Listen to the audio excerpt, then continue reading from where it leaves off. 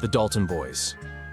Indian Territory, a land where reckless men of all ages gathered in the late 1880s and early 1890s. A land where gunmen like Bob and Grat and Emmett Dalton grew up to write their names in blood and gunsmoke. As train robbers, they ranked high in the annals of Western outlawry, almost the equal of Jesse James. This is their story. The Daltons were ranchers. They were law-abiding and respected. Frank, Grat, and Bob even became deputy U.S. Marshals. Keep your arms high and come toward us, real slow and easy. But when Frank Dalton died while trying to arrest a gunfighter, his brothers seemed to change. In the family council of war that followed Frank Dalton's death, hot-headed Bob Dalton made his meaning clear. Frank died. For what? Nobody went after his killer. I'm giving up my badge now, for something better. What's that, Bob? I'm turning outlaw. I can make plenty robbing trains and banks. If they'll let Frank's killer get away with murder, I'll make sure they let me get away with robbery. Those were hard times. There was little law in the territory. It was easy for these gunslingers to turn from law to outlawry. We want the gold shipment! At first, Bob and Grat Dalton went it alone. Their early successes caused Emmett and Bill Dalton to join them. Heard Bill Doolin wants to join up. Good idea. He'll be a big help to us. Bill Doolin, who was later to have his own wild bunch, Charlie Bryant, Al Yuntes, and others soon joined in.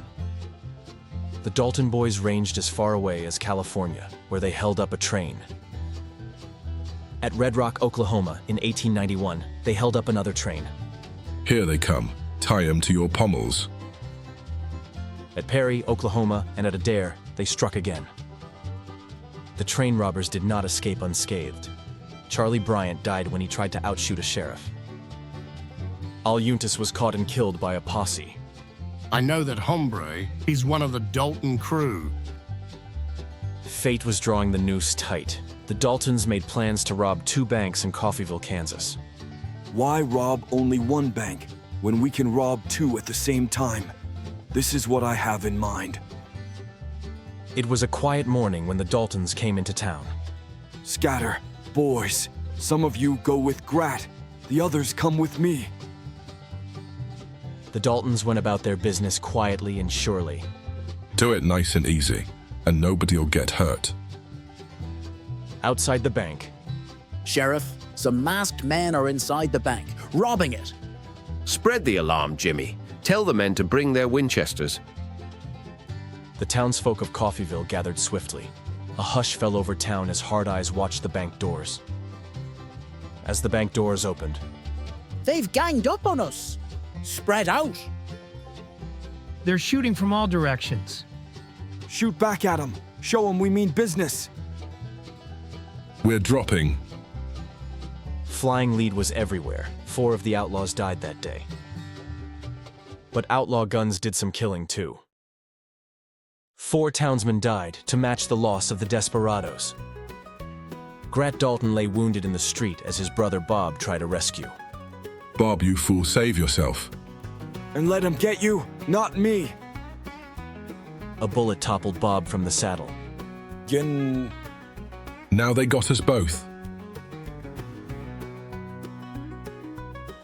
The Dalton boys were done, but 2 of the gang, Bill Doolin and Bill Dalton, were at large, and they went on robbing. Just make a move. I'm anxious to pay somebody back for Grat and Bob.